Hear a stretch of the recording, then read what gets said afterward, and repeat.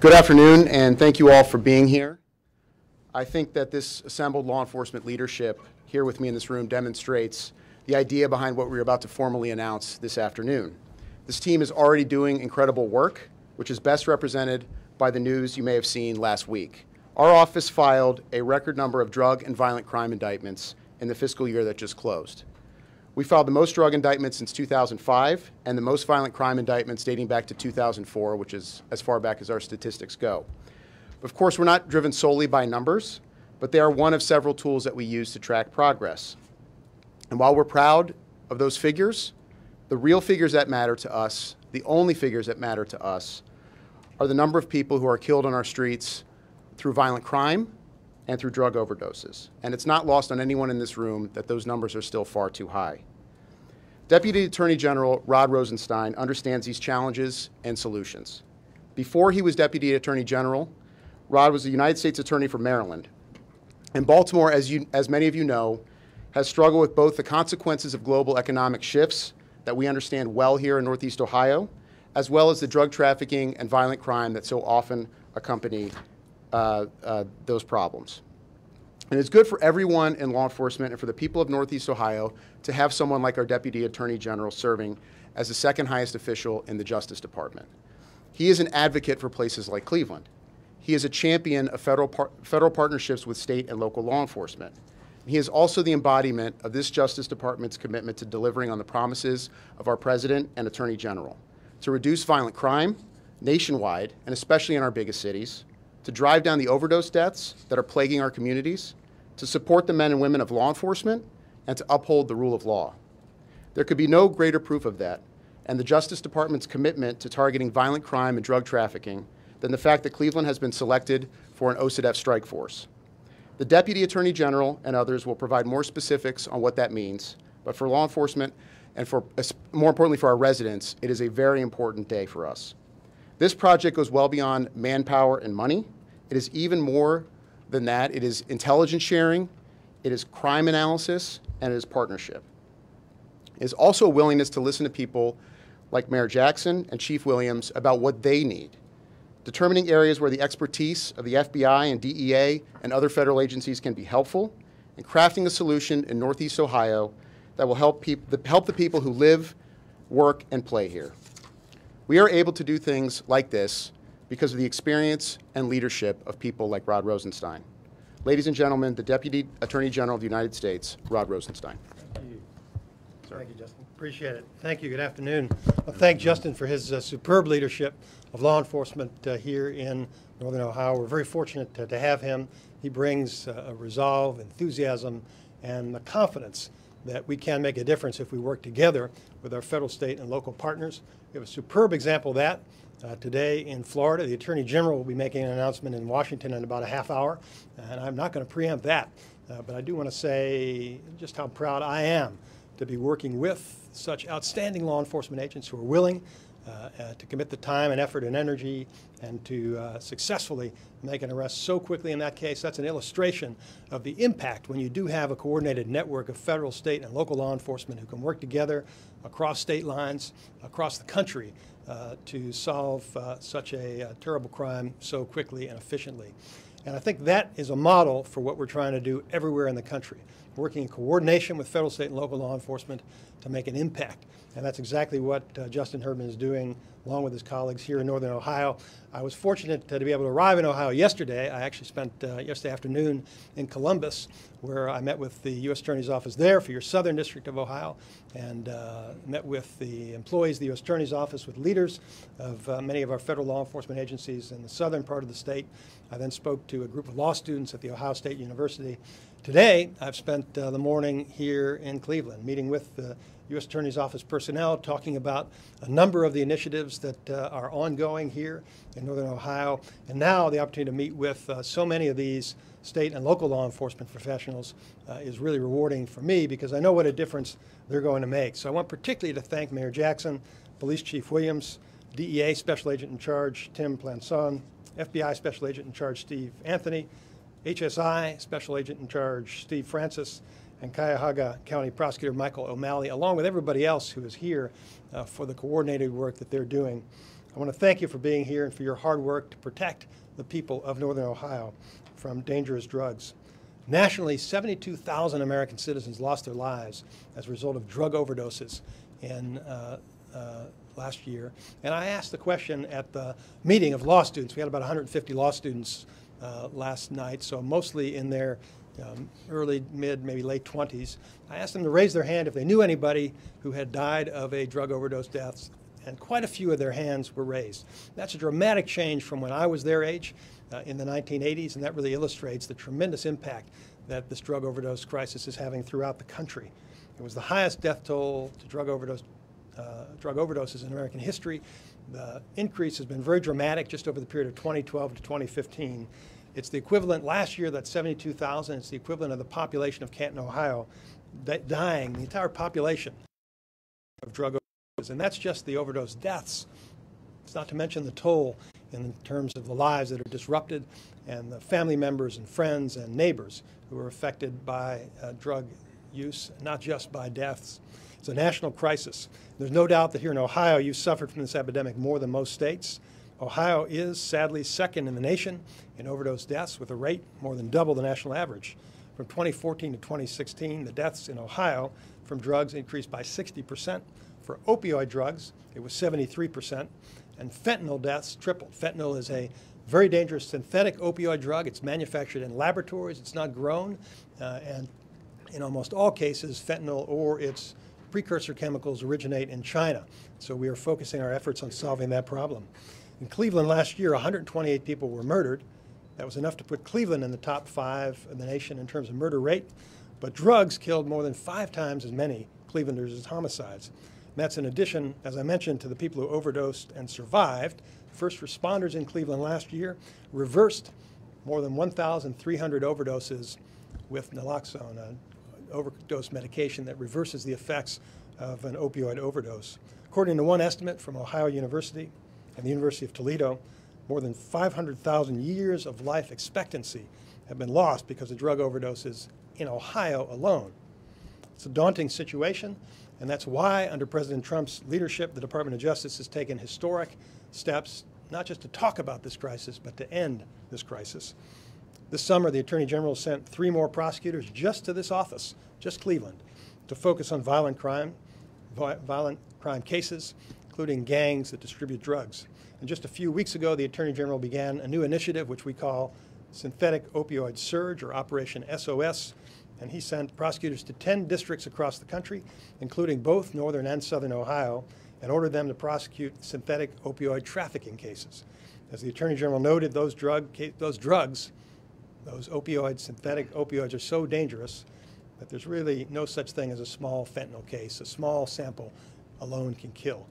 In August, the Attorney General stood right in this spot and announced the arrest of 3 defendants we believe were number 1 and number 3 most prolific online fentanyl dealers in America. They're selling this stuff not on street corners, but over the internet. The Attorney General also spoke about the guilty plea of a fentanyl dealer in Euclid, Ohio, who sold fentanyl just down the street from a Catholic school. And Justin and his team are doing remarkable work. Some of the most important drug cases in the country are being investigated and prosecuted right here in this district by some of the people in this room I met with.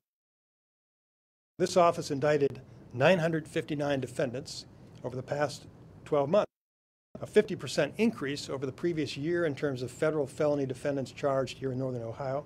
That includes 393 defendants who were charged with narcotics offenses, a 69% increase over the previous year, and the most in 13 years. Over the same time frame, this office increased violent crime prosecutions by 53% and charged the most violent criminals in 14 years. Well, I know what great work that is, and I know what kind of commitment and dedication that requires on the part of our police and prosecutors.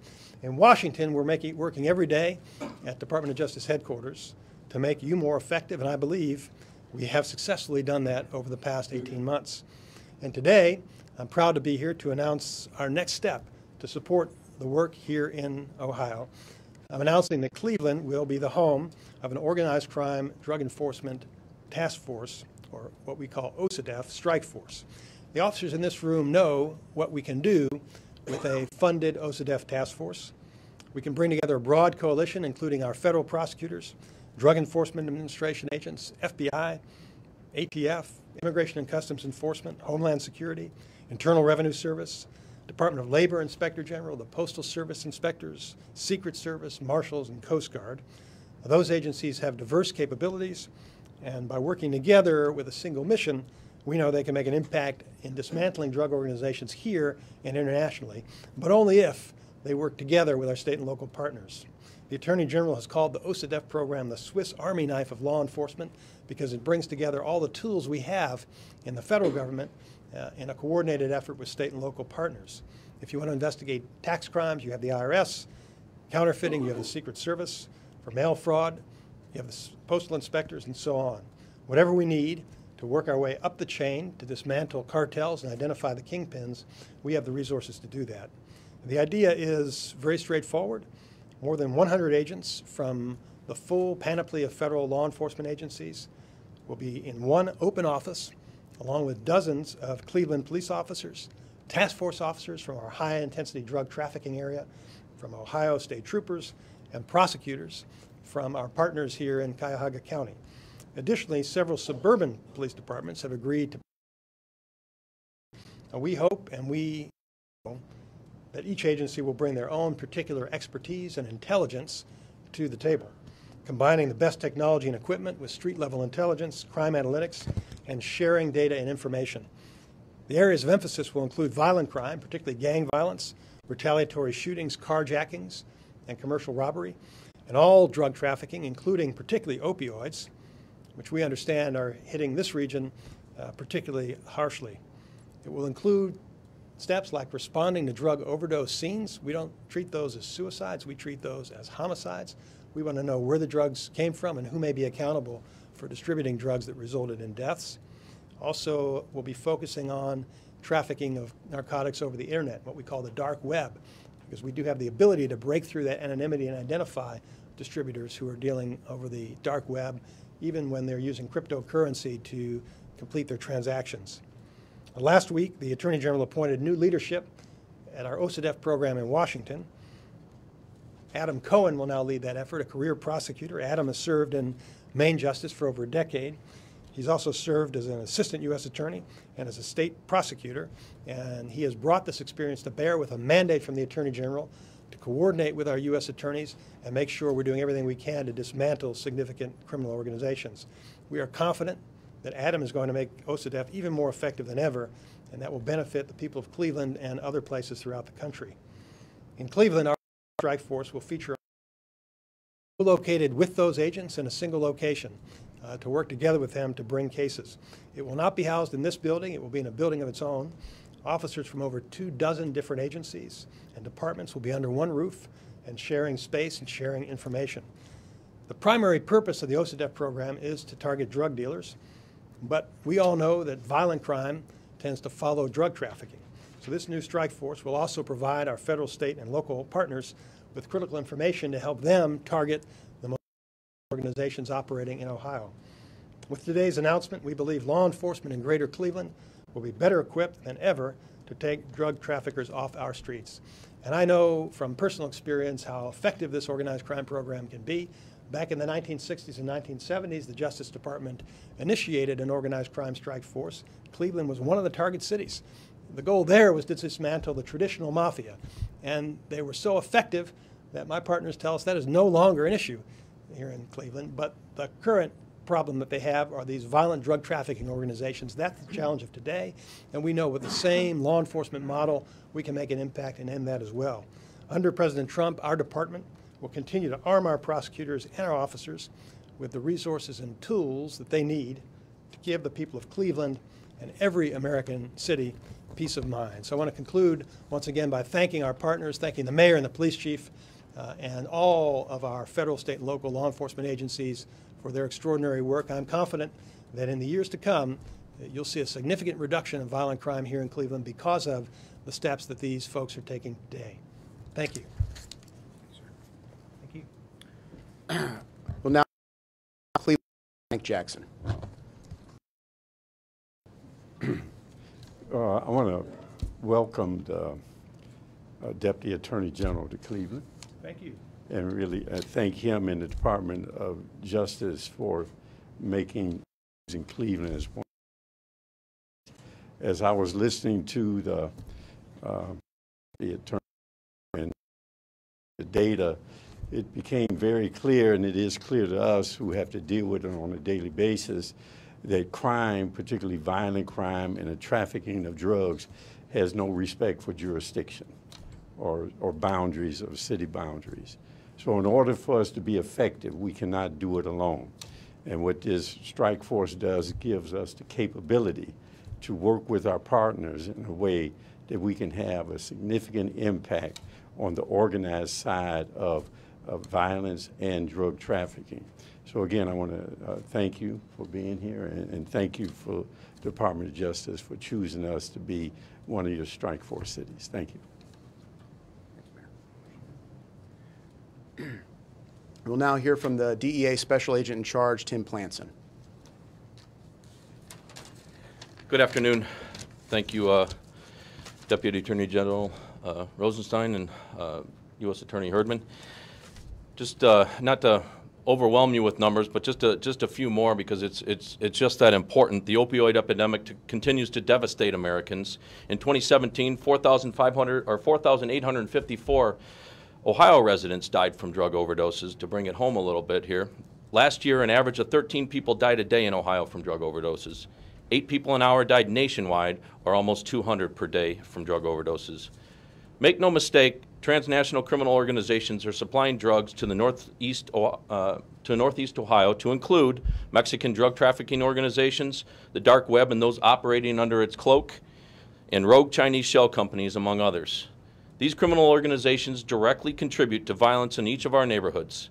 The OCDF Strike Force is another tool we are using to collectively combat those distributing poison throughout Ohio and committing violent acts to further their enterprise at the expense of the safety and security of our communities. I also want to thank all of our Strike Force partners for collaborating, that are standing up here with us today, and becoming the 16th OCDF Strike Force in the nation. Thank you.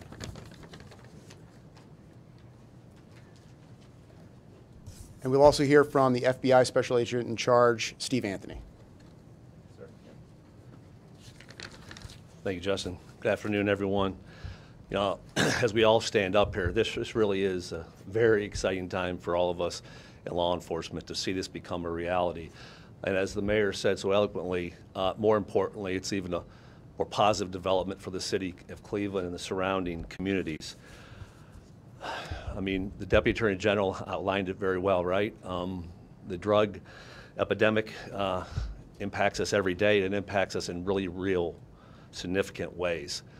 I think the unique part that's been mentioned here a few times, and just want to foot stomp a little bit, is that this strike realizes that you can't separate the drug trade and the epidemic impacting our communities from the violent crime that comes along with it. You just can't separate it.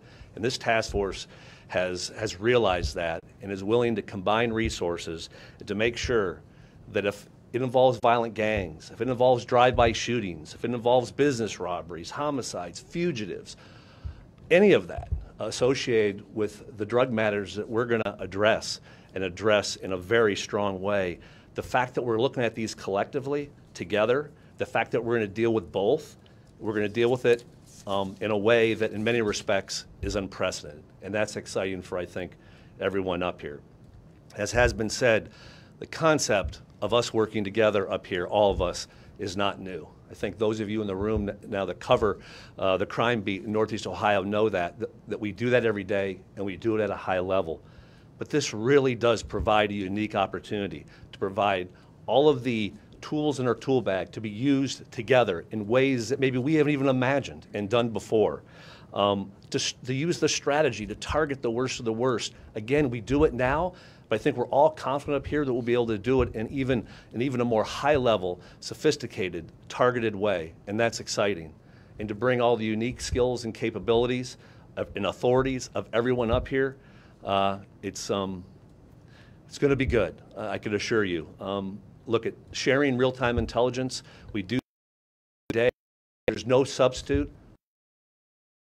A detective, an agent, a deputy U.S. Marshal, a sheriff's office, a prosecutor in that same room exchanging information on the case of the day, on the strategy that we're trying to implement. There's just no substitute for that. And again, I'm very confident level of success in the community.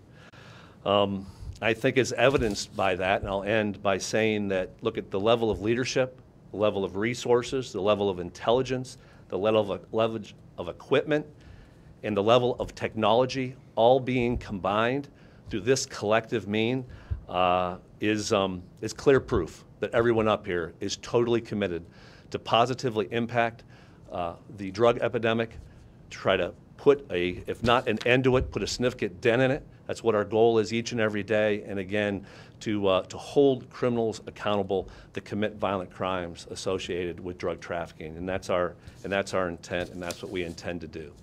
Thank you. Justin.